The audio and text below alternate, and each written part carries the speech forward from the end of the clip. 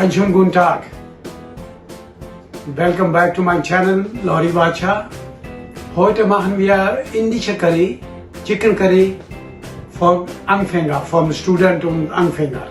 Das ist ganz einfach. So, ich habe jetzt eine Pfanne genommen, ja, Bratpfanne. Da tue ich so 2 Löffel Olive Oil. Herd habe ich ein bisschen heißer gemacht. Von davon habe ich die Hähnchenbrotfilet genommen. Das ist so ungefähr 400 Gramm. Und da muss ich richtig zubraten hier. Und ja, Bismillah.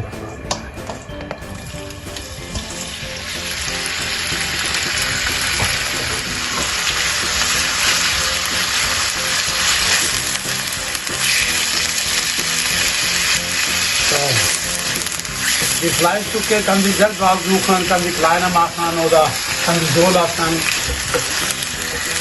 Mir gefällt so, deswegen habe ich so geschnitten. Und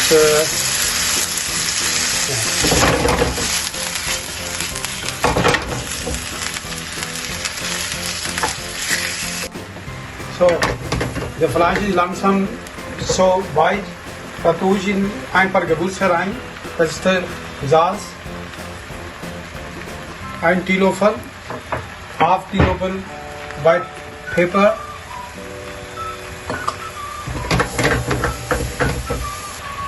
und 1 Teelöffel indische Curry, Teelöffel Knoblauch, selbstgemachte Knoblauch,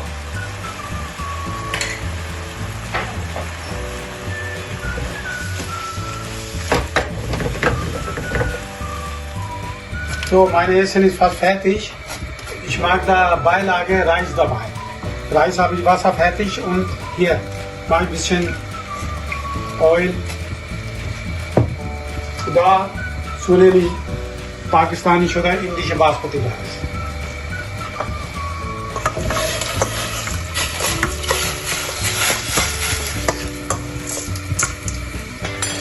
So,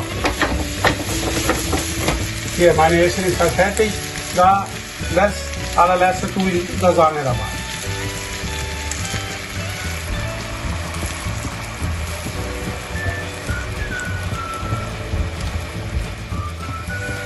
So, das ist ungefähr 300 Milliliter Sahne habe ich genommen. Lasse ich einmal kochen und fertig. So, haben Sie gesehen, jetzt ist der fast fertig. Das allerletzte ist ganz kleine Butter habe ich genommen, so ein bisschen sahnehaftig und so ein bisschen cremig und ja, und der ist gleich fertig, so ungefähr. Haben Sie gesehen jetzt, das ist nicht so ganz schnell fertig, ungefähr 5 Minuten ist fertig. Andere Seite ist Reis fertig, der ist done und Reis ist auch fertig. Ja, jetzt vorbereiten. Das Essen ist fertig. Viel Spaß mit dem Essen. Wir sehen uns im nächsten Video. Tschüss, guten Appetit.